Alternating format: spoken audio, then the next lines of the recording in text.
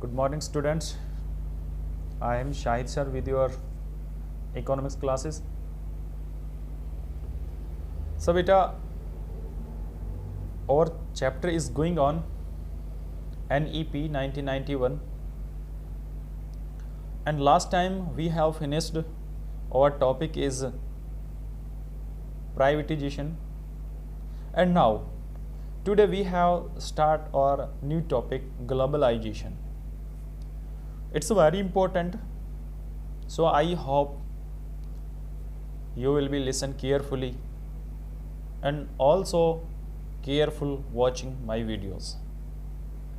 Beta, first of all, regarding in any doubt, please ask me without any hesitation, because if you don't ask me any theories and questions, तो how I know that कि आपको समझ आया या नहीं आया है. So don't be hesitate and ask me through the message. So beta, today we have start our topic is globalization. Globalization का मतलब होता है वैश्वीकरण. वैश्वीकरण मतलब कि सारे देशों के साथ में अपनी इकोनॉमी को खोल देना. एक तरह से हम कह सकते हैं कि ओपन इकोनॉमी. डेफिनेशन अगर हम देना चाहते हैं तो हम लिख सकते हैं globalisation means economy of the country related to the economy of other countries of the world by free trade, capital and free mobility of labor etc. हम जब बात करते हैं ग्लोबलाइजेशन की तो कोई रिस्ट्रिक्शंस नहीं होती हैं.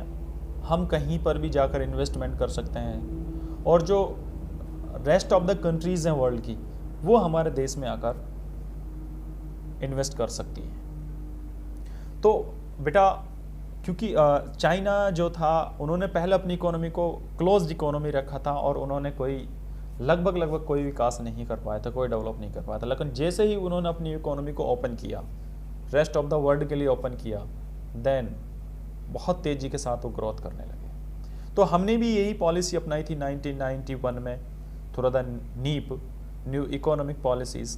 तो उन्हीं में से एक था बेटा ग्लोबलाइजेशन, क्योंकि हमारी जो 3 एलिमेंट्स थे LPG, not for LPG gas, liberalisation, privatisation and globalisation. तो उसमें से बेटा ग्लोबलाइजेशन जो है कि वो अपनी इकोनॉमी को रेस्ट ऑफ द वर्ल्ड के लिए ओपन कर देना. फिर कहीं पर भी हमारी लेबर जा सकती है, कोई कहीं से भी वो दूसरे लोग यहाँ आ सकते हैं. अब देखिए बेटा, इसमें जिस व्यापार करने वाली कंट्री जो विदेशी होती हैं और हमारे देश की होती हैं, दोनों को ही फायदा होता है. मैं छोटा सा एग्जांपल लेके आपको समझा देता हूँ बेटा, कि आप गुड़गांव चले जाइए. जब आप गुरुग्राम जाएंगे या नोएडा, दिल्ली, गाज़ियाबाद, तो you can see that a lot of call centres. और वो सारे call centre America, Canada, Australia, New Zealand विदेशियों के. तो क्यों? Why they have opened the call center in India? उनको फ़ायदा ये हुआ कि उन कॉल सेंटर के लिए जो उन्होंने यहाँ खोला है, उनको लो कॉस्ट पर अवेलेबल हो गई. जो लैंड थी वो लो कॉस्ट पर मिल गई, जो लेबर यहाँ काम करने वाली वो लो कॉस्ट पर है. और हमारे यहाँ क्या फ़ायदा हो गया कि we have lag behind rest of the world, you know. So we have opportunity to employment, we can get the employment. हमें रोज़गार मिल गया, क्योंकि हमारे पास वो मशीनें नहीं थी. अब वो मशीन यहाँ सेटअप हो गई तो हमें उनके बारे में जानकारी मिल गई, हमें रोज़गार मिल गया. वहाँ पर अमेरिका में उसी कॉल सेंटर, उसी पोस्ट के लिए 1 लाख रुपए सैलरी एक बंदे की, वो बंदा यहाँ पर आपको 20,000 रुपये में मिल जाएगा. अब बात ये कि उनको तो 80,000 रुपये की सेविंग हो गई और हमें 20,000 मिल गई, क्योंकि अभी तक हम अनएम्प्लॉयमेंट थे. So we can get the employ. So ये किसके कारण हुआ है? ऑब्वियसली ग्लोबलाइजेशन के कारण. तो बेटा अब देखिए, ग्लोबलाइजेशन से दूसरा फ़ायदा क्या हुआ कि हमने कैपिटल गुड्स का इंपोर्ट किया है. पहले नहीं कर रहे थे हम, अब हमने कैपिटल गुड्स का इंपोर्ट किया है. तो अब जिन वस्तुओं का हम आयात करते थे, उन्हीं वस्तुओं को अब हम अपने यहाँ बनाने लग गए. उस कैपिटल गुड्स का इंपोर्ट करने के बाद मशीन हम लिया है, अब यहाँ हमने अपना प्रोडक्शन स्टार्ट कर दिया. तो किसके कारण संभावना हुआ है? ग्लोबलाइजेशन के कारण. तो बेटा ग्लोबलाइजेशन उसी 3 एलिमेंट्स में से एक थी। तो अब आगे देखते हैं कि principal policies element promoting globalisation of the Indian economy, जो इसकी सबसे बड़ी ये थी कि जो कौन कौन सी पॉलिसीज थी जिन्होंने ग्लोबलाइजेशन को प्रमोट किया इंडियन इकोनॉमी में। सबसे पहले था increase in equity limited of foreign investment. 1919 से पहले एक लिमिट थी फॉरेन इन्वेस्टमेंट करने की, but after 1991 after the globalisation it increased from 40% to 100%. It means from 40% to 51 to 100% increase हुआ। जो फॉरेन इन्वेस्टमेंट था वो पहले 40% था, अब वो 51 से लेके 100% तक हो गया है ग्लोबलाइजेशन से। Export trading house have 100% permission to investment. जो एक्सपोर्ट ट्रेडिंग हाउस है उनको 100% परमिशन दे दी गई इन्वेस्टमेंट करने के लिए। दूसरा पॉइंट आता है बेटा हमारा इसमें partial convertibility for import and export goods and services. Partial convertibility, long term trade policy. पहले जो था ये नहीं था कि हम वहाँ इन्वेस्टमेंट कर सकते हैं या ट्रेड कर सकते हैं, अब लॉन्ग टर्म पॉलिसी बना दी, यानी आप 5 साल तक के लिए एग्रीमेंट कर लीजिए, आप ट्रेड करेंगे, हमारा उन देशों के साथ ट्रेड होगा, उनसे आयात होगा, उनसे निर्यात होगा। तीसरा इसके अंदर क्या हुआ था, रिडक्शन इन टैरिफ। जो टैरिफ लगता था, जो विदेशी वस्तुओं पे या आयात पर जो टैक्स लगता, जो टैरिफ लगता था उसको कम कर दिया गया, रिड्यूस कर दिया। अब ऑब्वियसली अब पहले तो रेस्ट्रिक्शन था, ये टैरिफ ज़्यादा इम्पोज करते थे तो वो चीज़ बहुत महंगी हो जाती थी, इसलिए नहीं बिकती थी।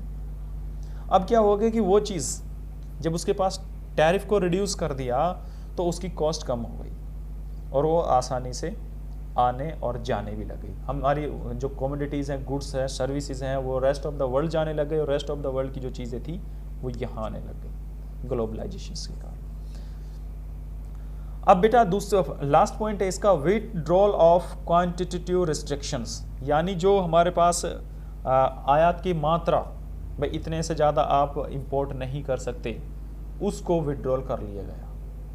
Since 2001 quantitative restrictions on all imports item have been completely lifted. It was based on India's commitment to the WTO, World Trade Organization। यानी चलिए इस टॉपिक को मैं बीच में थोड़ा रोक कर, क्योंकि इसका थोड़ा बेस WT से है, तो मैं पहले WT के ऊपर ही डिस्कशन कर लेता हूँ। बेटा WT क्या है एक्चुअल में? WT वर्ल्ड ट्रेड ऑर्गेनाइजेशन, इसकी फुल फॉर्म है। 1945 के समथिंग ये एक गेट नाम से एक संगठन बना था, जो आगे चलकर 1 जनवरी 1995 को WTO में कन्वर्ट हो गया। इसमें 123 कंट्री हैं जो इसके मेंबर हैं। इसका काम क्या होता है? अंतरराष्ट्रीय जो व्यापार है उसको बढ़ाना, उसको बढ़ावा देना, जो डेवलपिंग कंट्रीज हैं उनको प्रमोट करना, उनकी मदद करना व्यापार करने के लिए। अगर कोई देश किसी के ऊपर ज़्यादा इम्पोज कर रहा है तो ये उस चीज़ को देखता है, यानी अंतर्राष्ट्रीय व्यापार में कोई भी प्रॉब्लम्स होती हैं उनको WTO देखता है। तो वर्ल्ड ट्रेड से भी क्वेश्चन आ जाता है कि कहाँ पर है। इसका मुख्यालय बेटा जेनेवा स्विट्जरलैंड में है। 123 कंट्रीज हैं इसके मेंबर। 1 जनवरी 1995 का इसकी स्थापना हुई थी। पहले 1945 में गेट था, गेट को इसमें चेंज किया गया WTO में और ऑफिस जेनेवा में, और ये अंतर्राष्ट्रीय व्यापार की देखभाल करता है। तो जो हमारा क्वांटिटेटिव रेस्ट्रिक्शन थी उनको WTO के संदर्भ में, जो WTO से कमिटमेंट किया था इंडिया ने, उसके संदर्भ में उन सारी रेस्ट्रिक्शंस को विड्रॉल कर लिया गया। तो बेटा ये था हमारा ग्लोबलाइजेशन, ठीक है। तो उसके बाद नेक्स्ट टॉपिक देखेंगे। इस वीडियो में आज इतना ही आपके लिए। बेटा मैं आपको PDF भेजता हूँ, देखिए वो कंप्लीट नहीं है, उसमें पॉइंट टू पॉइंट है। आप उन पॉइंट टू पॉइंट को देखिए, आपके पास बुक भी होगी, उसके बाद उसमें से थोड़ा समझ लीजिए। बाकी जो मैं बोल रहा हूँ आप ध्यान से सुनेंगे तो आपको आसानी से समझ में आ जाएगा, आप उनको नोट्स बना सकते हैं, ठीक है। तो आज के लिए इतना ही। थैंक यू वेरी मच बेटा।